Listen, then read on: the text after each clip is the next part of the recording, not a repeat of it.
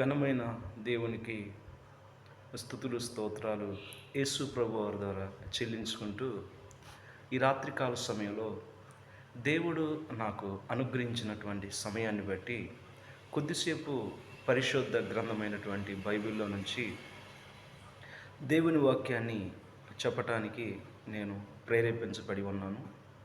ఈ రాత్రికాల సమయంలో ఈ వాక్యాన్ని వింటున్నటువంటి ప్రతి ఒక్కరికి కూడా మన ప్రభువును ప్రియరక్షకుడైన యేసు ప్రభు వారి నామంలో మీ అందరికీ వందనాలు తెలియజేస్తూ ఉన్నాను. అందరికీ వందనాలు. కొద్దిసేపు దేవుని యొక్క వాక్యాన్ని మనము జ్ఞాపకం చేసుకుందండి. ఈ రాత్రికాల సమయంలో నేను చెప్పబోయేటటువంటి అంశము దేవుని చిత్తము. దేవుని చిత్తము అనే ఈ మాట చాలాసార్లు బోధకులుగా, సువార్థికులుగా, విశ్వాసులుగా మనం ఉపయోగిస్తూ ఉంటాం ఈ మాటను. అసలు పరిశుద్ధ గ్రంథంలో దేవుని చిత్తం అంటే ఏంటి? దేవుని చిత్తం పాటించటం వల్ల ఏమి జరుగుతుంది? దేవుని చిత్తాన్ని ఎలాగా ఉపయోగించబడింది పరిశుద్ధ గ్రంథంలో అని చూడగలిగినట్లయితే అనేకమైనటువంటి సంగతులు పరిశుద్ధ గ్రంథంలో రాయబడ్డట్టుగా మనం చూస్తూ ఉన్నాం. కొన్ని విషయాలు మనం ఈ రాత్రి చూద్దండి. అసలు దేవుని చిత్తం అంటే ఏంటి? అంటే సంకల్పం, దేవుని యొక్క చిత్తము, దేవుని యొక్క ఇష్టము. అంటే దేవుని చిత్తము అంటే ఏంటి అని మనం గమనించినట్లయితే దెసలోనీయులకు రాసినటువంటి మొదటి పత్రిక 4వ అధ్యాయము 3వ వచనంలో దేవుని యొక్క వాక్యము మనకు దెసలోనీయులకు రాసినటువంటి మొదటి పత్రిక 4వ అధ్యాయము 3వ వచనంలో దేవుని యొక్క వాక్యము మనకు ఈ విధముగా తెలియజేస్తూ ఉంది. మీరు పరిశుద్ధులగుటియే అనగా మీరు జారత్వమునకు దూరముగా ఉండుటియే దేవుని చిత్తము. అంటే దేవుని చిత్తం ఏంటి? మీరు పరిశుద్ధులగుటియే అనగా మీరు జారత్వమునకు దూరముగా ఉండుటియే దేవుని చిత్తము. జారత్వము జరిగించుకున్నవాడు తన సొంత శరీరానికి హాని చేసుకుంటూ ఉన్నాడని దేవుని యొక్క వాక్యము మనకు తేటతెల్లంగా తెలియజేస్తూ ఉంది. అంటే మీరు పరిశుద్ధులు అగుటియే అనగా మీరు జారత్వమునకు దూరముగా ఉండుటియే దేవుని చిత్తము. మనం పరిశుద్ధంగా ఎలా బ్రతకగలము? దేవునికి ఇష్టంగాని కార్యాల నుండి మనము ఎలా పారిపోగలమని మనం గమనించినట్లయితే ఒక్కటే ఒక మార్గము. దేవుని వాక్యాన్ని మనము ప్రతినిత్యము చదివేవారిగా, గ్రహించేవారుగా, గైకొనేవారుగా ఉండాలని దేవుని యొక్క వాక్యం మనకు తేటతెల్లంగా తెలియచేస్తూ ఉంది. ఎందుకంటే దేవుని వాక్యము అద్దముతో పోల్చబడింది, దేవుని వాక్యము సుత్తితో పోల్చబడింది, దేవుని వాక్యము పాలతో పోల్చబడింది. అద్దముతో పోల్చబడినటువంటి ఈ వాక్యాన్ని అద్దంలో మన ముఖాన్ని చూస్తూ ఉన్నప్పుడు మన ముఖం మీద ఏమి ఉన్నాయో ఏమి లేవో క్లియర్గా మనకు కనిపిస్తూనే ఉంటాయి. అలాగే వాక్యము అనే అర్థాన్ని మనం చూస్తూ ఉన్నప్పుడు మనము ఎలాగ ప్రవర్తించాలో, ఎలాగ మాట్లాడాలో, ఎలాగ నడుచుకోవాలో, ఎలాగ ఉండకూడదో, ఎలాగ జీవించాలో ఈ వాక్యాన్ని చదువుతూ ఉన్నప్పుడు మనము పరిశుద్ధంగా జీవించగలము. కనుక ఇప్పుడు దేవుని చిత్తం అంటే ఏంటి? అంటే దేవుని చిత్తం అంటే ఏంటి అని మనం గమనించినట్లయితే మీరు పరిశుద్ధులు అగుటే అనగా మీరు జారత్వమునకు దూరముగా ఉండుటే దేవుని చిత్తము. 4-5 వచనాల్లో మొదటి దెసలోనీయులకు రాసిన పత్రిక 4-5 వచనాల్లో కూడా ఒక మాట రాయబడి ఉంది. మీలో ప్రతివాడును దేవుని ఎరగని అన్యజనుల వలె కామాభిలాష యందు కాక, అంటే దేవుని ఎరగని అన్యజనులు ఏటి మీద ఆశ కలిగి ఉంటారు? కామాభిలాష అంటే సెక్సువల్ ఇమొరాలిటీ, కామాభిలాష కలిగి వాటి మీద ఆశ కలిగి ఉంటారు. కాక పరిశుద్ధులు యందును మనం ఎలాగుండాలి? రక్షించబడినటువంటి మనము పరిశుద్ధత యందును ఘనత యందును తన ఘటమును అంటే ఈ శరీరాన్ని ఎట్లా కాపాడుకునవలనో అది ఎరిగి ఉండుటే దేవుని చిత్తమని దేవుని యొక్క వాక్యం మనకు తేటతెల్లంగా తెలియజేస్తూ ఉంది. మరొక విషయాన్ని కూడా మనం గమనించినట్లయితే యేసు ప్రభువారు కూడా శిలువ మరణానికి అప్పగించబడడానికి ముందుగా ఆయన కూడా ఈ మాటను ఉపయోగించినట్లుగా మనం చూస్తూ ఉన్నాం. యేసు ప్రభువారు శిలువ మరణానికి అప్పగించబడడానికి ముందుగా తనను వెంబడిస్తున్నటువంటి 12 మంది శిష్యుల్ని ఏర్పాటు చేసుకొని ఆ దినము వారితో భోజనం చేస్తున్నటువంటి సమయంలో ఒక రొట్టెను తీసుకొని దానిని విరిచి ఒక గిన్నెను తీసుకొని దానిలో త్రాగి మరలా ఈ రక్తము అనేకులు పాపముల కొరకు సిందింపబడుతున్న ప్రోక్షింపబడుతున్నటువంటి రక్తం అన్నట్టుగా మనం చూస్తాం. ఆ మాటలు ఎక్కడున్నాయంటే మత్తయి సువార్త మత్తయి సువార్త మత్తయి సువార్తలో దేవుని యొక్క వాక్యాన్ని కూడా మనం గమనించినట్లయితే 26వ అధ్యాయము 39వ వచనంలో ఈ మాటలు ఉన్నాయి. 26వ అధ్యాయం 39వ వచనం, కొంత దూరం వెళ్ళి సాగిలపడి, నా తండ్రి, సాధ్యమైతే ఈ గిన్నె నా యొద్ద నుండి తొలగిపోనిము, అయినను నా ఇష్ట ప్రకారం కాదు, నీ చిత్త ప్రకారమే కానిమని ప్రార్థించును. యేసు ప్రభువారు కూడా తను శిలువ మరణానికి అప్పగించబడటానికి ముందుగా యేసు ప్రభువారు ప్రార్థన చేస్తూ, తనకు తెలుసు తన ప్రాణము ఏ విధంగా పోతూ ఉందో, తనకు ఎన్ని బాధలు ఎన్ని హింసలు కలుగుతూ ఉన్నాయో, ఎంత భయంకరమైనటువంటి పరిస్థితిని యేసు ప్రభువారు పొందుకోబోవచ్చు ఉన్నాడో మనందరి నిమిత్తం అది ఎరిగిన వాడై ఉండి తన తండ్రిని అడుగుచూ ఉన్నాడు కదా, తండ్రి, నీ చిత్తమైతే ఈ గిన్నె నా యొద్ద నుండి తొలగించు అని అడుగుచూ ఉన్నట్టుగా మనం చూస్తూ ఉన్నాం. కనుక ప్రియమైన దేవుని బిడ్డలారా, యేసు ప్రభువారు కూడా తండ్రి యొక్క చిత్తాన్ని నెరవేర్చినట్లుగా, తండ్రి యొక్క చిత్తానికి లోబడినట్లుగా మనం చూస్తూ ఉన్నాం. మరొక వచనాన్ని కూడా మనం గమనించినట్లయితే మార్కు సువార్త మార్కు సువార్త 3వ అధ్యాయము మార్కు సువార్త 3వ అధ్యాయము మార్కు సువార్త 3వ అధ్యాయంలో దేవుని యొక్క వాక్యము మనకు ఈ విధముగా సెలవిస్తూ ఉంది. 3వ అధ్యాయము, యేసు ప్రభు వారి కోసం వారి యొక్క తల్లిదండ్రులు ఎదుగుచూ ఉన్నప్పుడు యేసు ప్రభు వారికి ఆ విషయాన్ని తెలుసుకున్న తర్వాత యేసు ప్రభు వారు అంటూ ఉన్నాడు. అక్కడ గమనించినట్లయితే ఆ వచనాన్ని 3వ అధ్యాయం 35వ వచనంలో మనం గమనించినట్లయితే అక్కడ ఈ విధముగా రాయబడి ఉంది, దేవుని చిత్తము చొప్పున జరిగించువాడే నా సహోదరుడును నా సహోదరి తల్లి అని చెప్పెను. అంటే యేసు ప్రభు వారిని వెంబడిస్తూ ఉన్నటువంటి వారి యొక్క తల్లిదండ్రులు యేసు ప్రభు వారిని వెతుకుచూ ఉన్నప్పుడు యేసు ప్రభు వారి యొద్దకు వచ్చి ఆ విషయాన్ని తెలియజేసినప్పుడు, ఎవరు నా తల్లి, ఎవరు నా సహోదరుడు, ఎవరు నా సహోదరి అంటే, నా తండ్రికి ఇష్టమైనట్లుగా ఎవరైతే జీవిస్తారో, నా తండ్రి చిత్తాన్ని ఎవరైతే నెరవేరుస్తారో వాళ్ళే నా సహోదరులు, వారే నా సహోదరి అని యేసు ప్రభు వారు చెప్పుచూ ఉన్నట్లుగా మనం చూస్తూ ఉన్నాం. కనుక ప్రియమైనటువంటి దేవుని బిడ్డలారా, ఒక కుటుంబంలో ఒక తండ్రి ఒక తల్లి, అదే విధముగా పిల్లలు, కుమారులు కుమార్తెలు ఉంటారు. కానీ అదే కుటుంబము క్రీస్తు ప్రభుని అంగీకరించబడిన తర్వాత వారు అనేకమైనటువంటి ఆత్మ సంబంధమైనటువంటి కుటుంబాలను కలిగి ఉంటారు. భారతదేశంలోనే కాదు, ఇతర దేశాల్లో ఎక్కడికి వెళ్ళినా కూడా క్రైస్తవులు అనబడినటువంటి వారందరూ కూడా మన ఆత్మ సంబంధమైనటు కుటుంబము, వారు క్రీస్తునందు మనకు సహోదరులు సహోదరులు, అలాగే మనము అలాంటి కుటుంబాన్ని పొందుకొని ఉన్నాము. కనుక ఇప్పుడు యేసు ప్రభు వారి దృష్టిలో ఎవరు సహోదరుడు, ఎవరి సహోదరి, ఎవరు తల్లి అని గమనించినట్లయితే, తండ్రి అయినటువంటి దేవుని చిత్తాన్ని ఎవరైతే ఈ భూమి మీద నెరవేరుస్తారో వారే దేవుని యొక్క అదే ప్రభు వారి యొక్క సహోదరి సహోదరుడు తల్లి అంటున్నట్టుగా మనం చూస్తూ ఉన్నాం. మరొక వచనాన్ని కూడా మనం గమనించినట్లయితే దేవుని వాక్యములో యోహాను సువార్త 4వ అధ్యాయము యోహాను సువార్త 4వ అధ్యాయము యోహాను సువార్త 4వ అధ్యాయము 30-31 వచనాల్లో ఏమని ఉందంటే, యోహాను సువార్త 4వ అధ్యాయం 30-31 వచనాల్లో క్లియర్గా మనకు డైరెక్ట్గా ఆన్సర్ కావాలంటే 4వ అధ్యాయము 34వ వచనంలో, యేసు వారిని చూచి, నన్ను పంపిన వాని చిత్తము నెరవేర్చుటయు ఆయన పని తుదముట్టించుటయు నాకు ఆహారమై ఉన్నదని దేవుని వాక్యం సెలవిస్తూ ఉంది.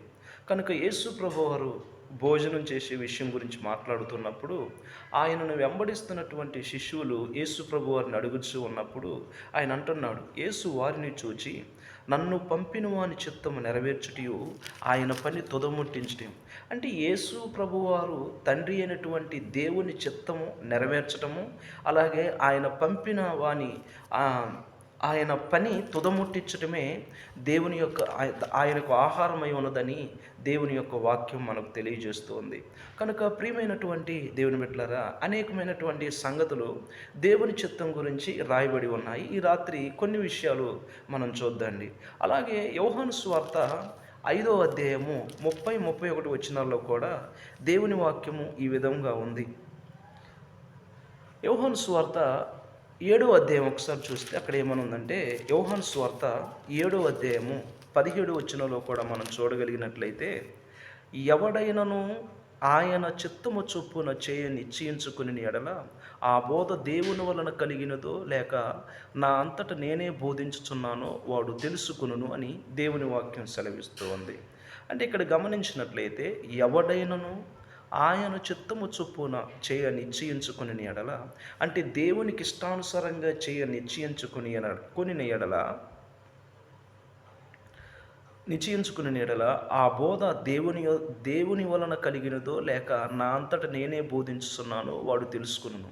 ఎవడైనను దేవుని చిత్తానుసారంగా నడుచుకునేటువంటి వాడు బోధించే బోధ దేవుని చిత్తానుసారంగా బోధిస్తూ ఉన్నాడో లేదో చూసుకోవలసినటువంటి అవసరం ఉన్నది. ఇంకా గమనించినట్టయితే 18వ వచనంలో క్లియర్గా ఇచ్చాడు, తనంతట తానే బోధించువాడు స్వకీయ మహిమను వెదుకును గాని, అంటే తనంతట తానే బోధించువాడు ఇతరుల యొక్క మహిమను ఎదికేవాడు. ఆ బోధలో దేవుణ్ణి మహింపరిచే విధానం ఉండదు, క్రీస్తు మరణం గురించి ఉండదు, దేవుని గురించి ఉండదు. అంటే స్వకీయ మహిమ, ఇతరుల కొరకు చెప్పేటటువంటి బోధ, తనకు తానుగా చెప్పేటటువంటి బోధ అని దేవుని వాక్యం మనకు తెలియజేస్తూ ఉంది. అలా తనంతట 18వ వచనంలో తనంతట తానే బోధించువాడు స్వకీయ మహిమను ఎదుకును గాని తన్ను పంపిన వాని మహిమను ఎదుకువాడు సత్యవంతుడు, ఆయన యందు ఏ దుర్నీతి లేదని దేవుని యొక్క వాక్యము మనకు తెలియజేస్తుంది. ఇంకా దేవుని చిత్తము అనే ఈ పాఠంలో కొన్ని వచనాలు మనం చూచినట్లయితే, యోహాను సువార్త 9వ అధ్యాయము 31వ వచనం చూసినట్లయితే, దేవుడు పాపులు మనవి ఆలకింపడని ఎరుగుదుము, ఎవడైనను దేవభక్తుడై ఉండి ఆయన చిత్తము చొప్పున జరిగించిన ఎడల ఆయన వాని మనవి ఆలకించును. అంటే ఇక్కడ గుడ్డివాణ్ణి యేసు ప్రభువారు స్వస్థపరిచినప్పుడు ఆ దినాన ఉన్నటువంటి శాస్త్రులు, పరిచయులు అసలు నిజంగా ఇలాగ జరిగిందా లేదని వాదోపవాదాలు జరిగిస్తున్న క్రమంలో ఈ విషయాన్ని మనం చూస్తున్నాం. దేవుడు పాపులు మనమే ఆలకింపడని ఎరుగుదుము, ఎవడైనను దేవభక్తుడై ఉండి ఆయన చిత్తము చొప్పున జరిగించిన ఎడల ఆయన వాని మనమే ఆలకించును.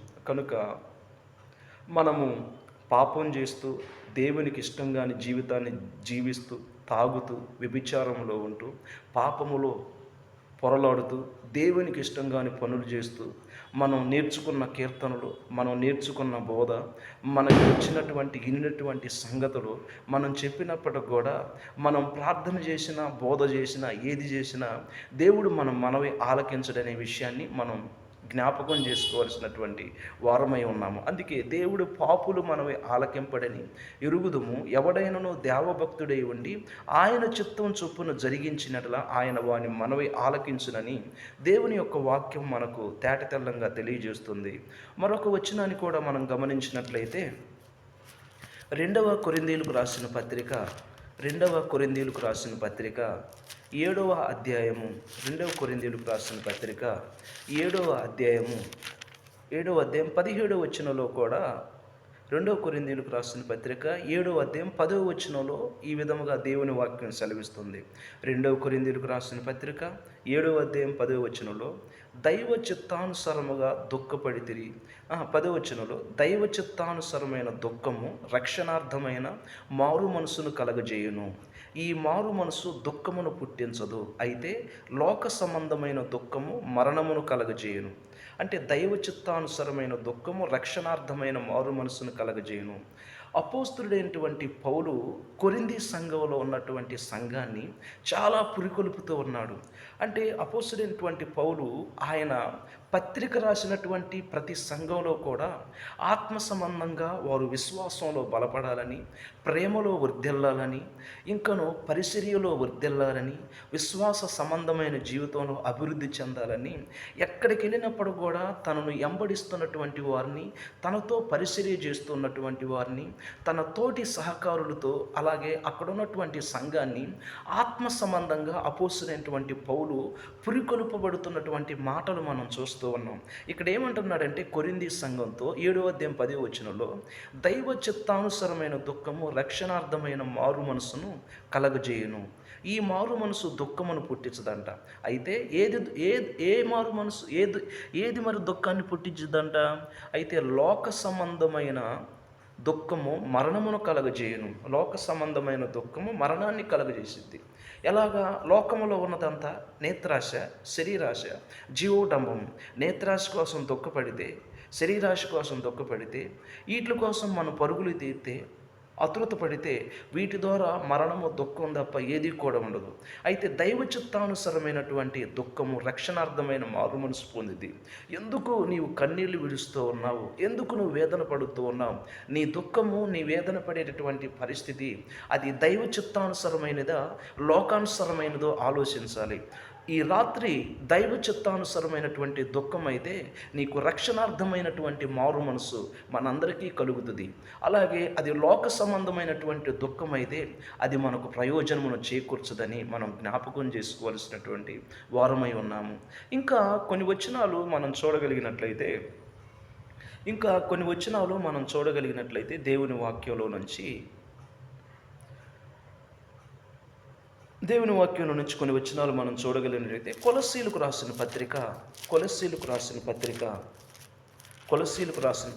4వ అధ్యాయము 12వ వచనంలో దేవుని వాక్యం ఈ విధముగా తెలియజేస్తూ ఉంది. మీలో ఒకడును క్రీస్తు యేసు దాసుడినైన ఎపఫ్రా మీకు వందనములు చెప్పుచున్నాడు.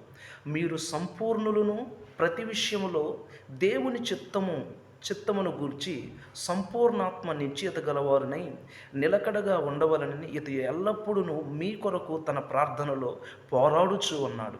ఇక్కడ ఎపఫ్రా అనేటటువంటి వ్యక్తి ఇతరులు దేవుని చిత్తానుసరముగా జీవించాలని వారి కోసం ప్రార్థన చేస్తూ ఉన్నాడు. కనుక నా ప్రియమైనటువంటి దేవుని బిడ్డలారా, పరిశుద్ధ గ్రంథమైనటువంటి బైబిల్లో, పత్రికల్లో మనం చాలా సందర్భాల్లో చూస్తూ ఉన్నప్పుడు అనేకులు స్థానిక సంఘాల్లో ఉంటున్నటువంటి వారు, పరిచర్య జరిగిస్తున్నటువంటి వారు ఎప్పుడు కూడా ఇతర సంఘాలను ప్రేరేపించబడేవారుగా, ఇతరుల యొక్క ఆత్మ సంబంధమైన జీవితాల కొరకు వారు ప్రార్థన చేస్తున్నట్లుగా మనం చూస్తూ ఉన్నాం. ఇక్కడ ఎపఫ్రా అనే వ్యక్తి కూడా ఎంత మంచి మనసు కలిగి ఉన్నాడో చూడండి. ఎపఫ్రా మీకు వందనములు చెప్పుచున్నాడు. మీరు సంపూర్ణులను, ప్రతి విషయములో దేవుని చిత్తమును గూర్చి సంపూర్ణాత్మ నిశ్చయత గలవారిని నిలకడగా ఉండవలనని ఇతడు ఎల్లప్పుడూ మీ కొరకు తన ప్రార్థనలతో పోరాడుచూ ఉన్నాడంట. కనుక నా ప్రియమైనటువంటి దేవుని బిడ్డలారా, మన సహవాసం ఎలాగుంది? మనం చేసేటటువంటి ఎవరితో సహవాసం చేస్తూ ఉన్నామో ఆ సహవాసం ప్రమాదపు అంచుల్లో ఉందా? ఆ సహవాసం మన ఆత్మ సంబంధమైన జీవితాలను అభివృద్ధి చెందుతూ ఉన్నదా? ఆ సహవాసం మనం ఆత్మ సంబంధంగా పడిపోయేటటువంటి విధంగా ఉన్నదా? మన సహవాసం కూడా ఎలాగ ఉండాలంటే ఆత్మ సంబంధంగా దేవుని వాక్యానుసారముగా ఎవరైతే దేవుని ఆత్మచేత నడిపించబడుతూ ఉన్నారో, దేవుని చిత్తానుసారంగా ముందుకు కొనసాగుతూ ఉన్నారో అలాంటి వారితో మనం ఆత్మ సంబంధమైన సహవాసం కలిగి జీవించినప్పుడు మన బ్రతుకు దినములన్నీ కూడా మనం దేవునికి ఇష్టలుగా జీవించడం మాత్రమే కాకుండా దేవుని చిత్తాన్ని మనం నెరవేర్చిన వారమై ఉంటాము. ఎపఫ్రా కూడా మంచి మనసు కలిగినటువంటి వ్యక్తి. అతడు ఇతరుల కొరకు ప్రార్థన చేస్తూ ఉన్నాడంట. మనం ఇంకా కొన్ని విషయాలను చాలా జాగ్రత్తగా గమనించినట్లయితే దేవుని వాక్యంలోని అక్కడ గమనించినట్లయితే ఎబ్రీయులకు రాసినటువంటి అక్కడ కొన్ని విషయాలు మనం చూసినట్లయితే పేతురు రాసినటువంటి మొదటి పత్రిక 3వ అధ్యాయము, పేతురు రాసినటువంటి మొదటి పత్రిక 3వ అధ్యాయము, పేతురు రాసినటువంటి మొదటి పత్రిక 3వ అధ్యాయము 17వ వచనంలో దేవుని వాక్యము ఈ విధముగా సెలవిస్తూ ఉంది. దేవుని చిత్తం అలాగున్న ఎడల కీడు చేసి శ్రమపడుట కంటే మేలు చేసి శ్రమపడుటే బహు మంచిది. ఇక్కడ మనం గమనించినట్లయితే దేవుని చిత్తం అలాగు ఉన్న ఎడల కీడు చేసి శ్రమపడుట కంటే మేలు చేసి శ్రమపడుటే బహు మంచిది. మనం చాలాసార్లు గమనించినట్లయితే ఒకవేళ కీడు చేసి శ్రమపడటం అంటే సహజంగా ఓర్చుకోగలం, కానీ మేలు చేసి కీడు మనం అనుభవించాలంటే చాలా కష్టతరంగా ఉంటుంది. కనుక ప్రియమైనటువంటి దేవుని బిడ్డలారా, దేవుడు మన యొద్ద నుండి ఏం కోరుకుంటున్నాడంటే, కొన్ని సందర్భాల్లో మనం మేలు చేసిన కీడు వస్తూ ఉంది. అయినప్పటికి కూడా ఆ కీడును కూడా మనం సహించాలి. మరి ఎవరో మేలు చేసి మరి కీడు పొందుకున్నాడని మనం గమనించినట్లయితే ఆ కిందనే చక్కగా వివరణ ఇచ్చాడు చూడండి. 18 వచనంలో, ఈ ఆలయనగా మనలను దేవుని యొద్దకు తెచ్చుటకు ఆ అనీతిమంతుల కొరకు నీతిమంతుడైన, అంటే మనలను దేవుని యొద్దకు తెచ్చుటకు మనం ఎవరము? అనీతిమంతుల కొరకు నీతిమంతుడైన క్రీస్తు శరీర విషయములో చంపబడి ఆత్మ విషయములో బ్రతికింపబడి పాపల విషయములో ఒక్కసారి శ్రమపడెను. కనుక ప్రియమైన దేవుని బిడ్డలారా, యేసుక్రీస్తు వారు మన అందరి పట్ల మేలు చేశాడు, ఆయన కీడు అనుభవించాడు. ఆనాడు యూదులు కూడా యేసు ప్రభువారిని తన స్వకీయులే యేసు ప్రభువారిని ఆనాడు ఉన్నటువంటి యూదులు సిలువ వేయండి, సిలువ వేయండి, సిలువ వేయండి అని అరిచినట్లుగా మనం చూస్తూ ఉన్నాం. ఆయన ఏ నేరము కూడా చేయలేదు, ఆయనలో ఏ పాపము కూడా చేయలేదు. ఆనాడు ఉన్నటువంటి యూదులకి, ఆనాడు ఉన్నటువంటి ప్రజలకు యేసు ప్రభువుని శ్రమల పాలు చేసినప్పుడు కూడా, ఆయన శ్రమల కొలిమిలో ఉన్నప్పుడు కూడా అర్థం కాలేదు. కానీ అతడు మనందరి కోసం మేలు చేశాడనే విషయము ఈనాడు ప్రపంచమంతటా మనం తెలుసుకుంటున్నాం. ఈరోజు భారతదేశంలోనే కాదు, ప్రపంచవ్యాప్తంగా యేసు ప్రభువుని జ్ఞాపకం చేసుకోకుండా, యేసు ప్రభు మన పాపాల కోసం చనిపోయాడని, సమాధి చేయబడ్డాడని, ఆయన లేపబడ్డాడని యేసు ప్రభు వారి బోధలు, యేసు ప్రభు వారు గొప్ప కార్యాలు అనేకులకు మాదిరిగా ఉన్నాయని ఇప్పుడు ప్రతి ఒక్కరు కూడా తెలుసుకుంటూ ఉన్నారు. కొన్ని విషయాలు మనం ఇంకా చూడగలిగినట్లయితే, దేవుని చిత్తము అనే ఈ పాఠంలో కొన్ని విషయాలు మనం చూడగలిగినట్లయితే, పరిశుద్ధ గ్రంథంలో నుంచి పేతురు రాసినటువంటి మొదటి పత్రిక 4వ అధ్యాయము 19వ వచనంలో మనం గమనించినట్లయితే, మొదటి పేతురు 4వ అధ్యాయం 19వ వచనంలో, కాబట్టి దేవుని చిత్త ప్రకారం బాధపడువారు సత్ప్రవర్తన గలవారి నమ్మకమైన సృష్టికర్తకు తమ ఆత్మలో అప్పగించుకొనవలను. కాబట్టి మనం ఒకవేళ దేవుని చిత్తానుసారముగా బాధపడుతూ ఉన్నట్లయితే, ఆ బాధలోనే మనం మంచి ప్రవర్తన కలిగి జీవిస్తూ మన ఆత్మలను సృష్టికర్త అయినటువంటి దేవునికి అప్పగించాలి. వాక్యాన్ని ప్రకటిస్తూ ఉన్నాం, అయినా వ్యతిరేకతలు వస్తూ ఉన్నాయి. ప్రార్థన చేస్తూ ఉన్నాం, అయినా వ్యతిరేకతలు వస్తూ ఉన్నాయి. ప్రభువు కొరకు జీవించాలి. నశించిపోవచ్చున్నటువంటి ఆత్మలను దేవుని కొరకు కాపాడాలి అని ఉంటూ ఉన్నాం. దేవుని కొరకు ఎన్నో కార్యాలు తలపెట్టాలనుకుంటూ ఉన్నాం, ముందుకు వెళుతూ ఉన్నాం. అయినప్పుడు కూడా శ్రమలే ఎదురవుతూ ఉన్నాయి. అయినప్పుడు కూడా తీర్పు తీర్చవద్దు.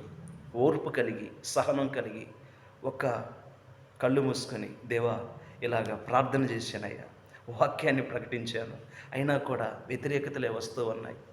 అది మంచి మనసుతో దేవుని వాక్యాన్ని ప్రకటించినప్పుడు, మంచి మనసుతో ప్రార్థన చేసినప్పుడు, మంచి మనసుతో పరిచర్య చేసినప్పుడు, వ్యతిరేకతలు వచ్చినప్పుడు కూడా కళ్ళు మూసుకొని ప్రార్థన చేస్తుంటే నీ చేతులు కన్నీళ్లు రాలుతున్నాయా?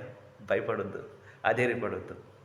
తీర్పు నీ యొద్ద నుంచి వస్తే సువార్త ఆగిపోయింది. తీర్పు నీ యొద్ద నుంచి వస్తే సువార్త ఆగిపోయింది.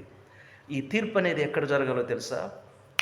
అది దేవుని ఇంటి యొద్ద నుంచే జరగాలి. అది దేవుని ఇంటి యొద్ద నుంచే జరగాలి తీర్పు.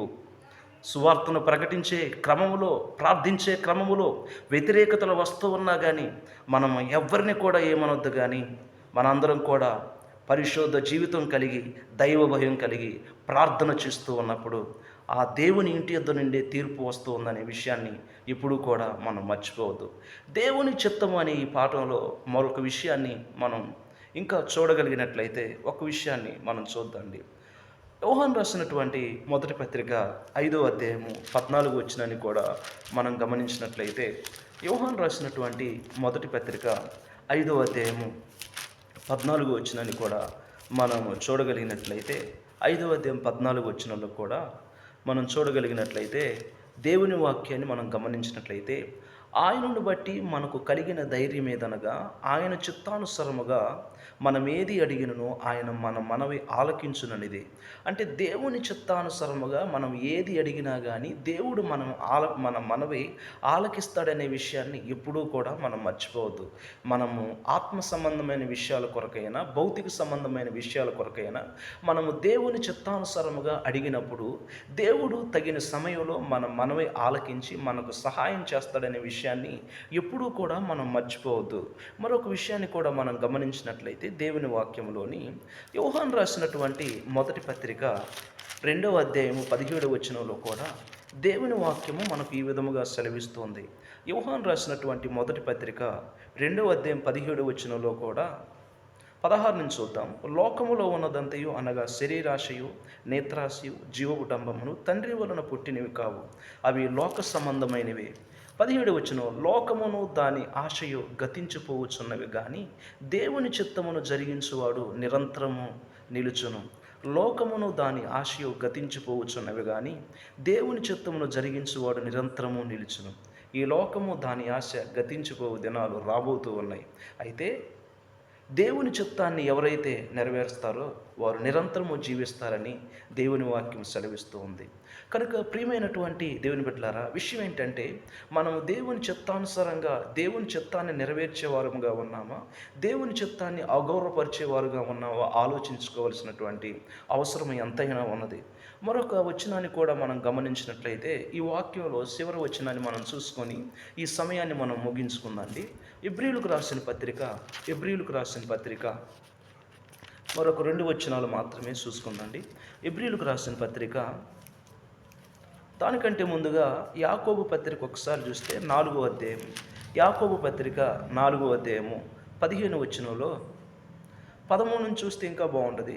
4వ అధ్యాయం 13వ వచనంలో, నేడైనను రేపైనను ఒకానొక పట్టణముకు వెళ్ళి అక్కడ 1 సంవత్సరం ఉండి వ్యాపారం చేసి లాభం సంపాదింతుము రెండని చెప్పుకుని వారులారా, రేపేమి సంభవించునో మీకు తెలియదు. మీ జీవం ఏపాటిది? మీరు కొంతసేపు కనబడి అంతలో మాయమైపోవు ఆవిరి వంటి వారే.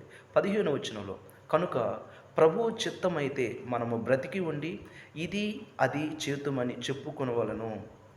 కనుక ప్రియమైనటువంటి దేవుని బిడ్డలారా, ఎప్పుడైనా సరే నేనేదో చేస్తాను, నేనేదో చూస్తాను, ఎక్కడికో వెళ్తాను, ఏదో ప్రారంభిస్తాను అనవద్దు. ఆ చేసే కార్యక్రమాల్లో, మనం చేసే ప్రతి కార్యక్రమాల్లో కూడా, మనం చేసే ప్రతి మంచి పనిలో కూడా దైవాన్ని జ్ఞాపకం చేసుకోవాలి. తండ్రి, నీ చిత్తమైతే ఇలాగ చేయాలనుకుంటున్నాను. దేవా, నీ చిత్తమైతే ఇది ప్రారంభించాలనుకుంటున్నాను. దేవా, చిత్తమైతే నేను ఇలాగ ఉండాలనుకుంటున్నానని దేవుణ్ణి మనం జ్ఞాపకం చేసుకోకుండా మనం ఏ పని ప్రారంభించినా మనం విఫలమైపోయే అవకాశం ఉంటుంది. కనుక దేవుని చిత్తాన్ని మనం జ్ఞాపకం చేసుకోకుండా కొన్ని సందర్భాల్లో ఏం చేస్తున్నాం అయితే, ఇప్పుడైతే మీరు మీ డంబముల యందు అతిశయపడుచున్నారు. ఇట్టి అతిశయమంతయు చెడ్డది. అంటే గొప్పలు చెప్పుకోవటానికి ఏది కూడా చేయొద్దు. దేని కొరకు చేయాలంటే దేవుని చిత్తాన్ని జ్ఞాపకం చేసుకుంటూ, దేవుని చిత్తమైతే నేను ఇలాగ చేయాలి, దేవుని చిత్తమైతే ఇలాగ చేయాలని మనం ఆలోచన కలిగి ఉండవలసిన వారమై ఉన్నాము. చివరిగా మరొక వచనాన్ని కూడా మనం గమనించినట్లయితే ఎబ్రీయులకు రాసిన పత్రిక 13వ అధ్యాయము,